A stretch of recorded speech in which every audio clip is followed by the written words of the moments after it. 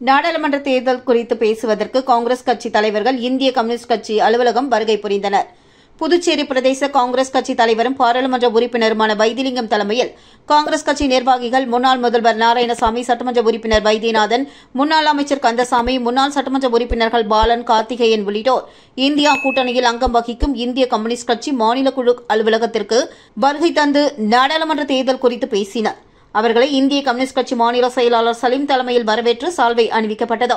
இதில் இந்திய கம்யூனிஸ்ட் கட்சி மாநில துணை செயலாளர் சேதுசெல்வம், தேசிய குழு உறுப்பினர் தினேஷ் பொன்னையா, மாநில நிர்வாக குழு உறுப்பினர் ஆந்தோனி, மாநில குழு உறுப்பினர்கள் அபிஷேகம், எழிலன் உள்ளிட்டோர் கலந்து கொண்டனர்.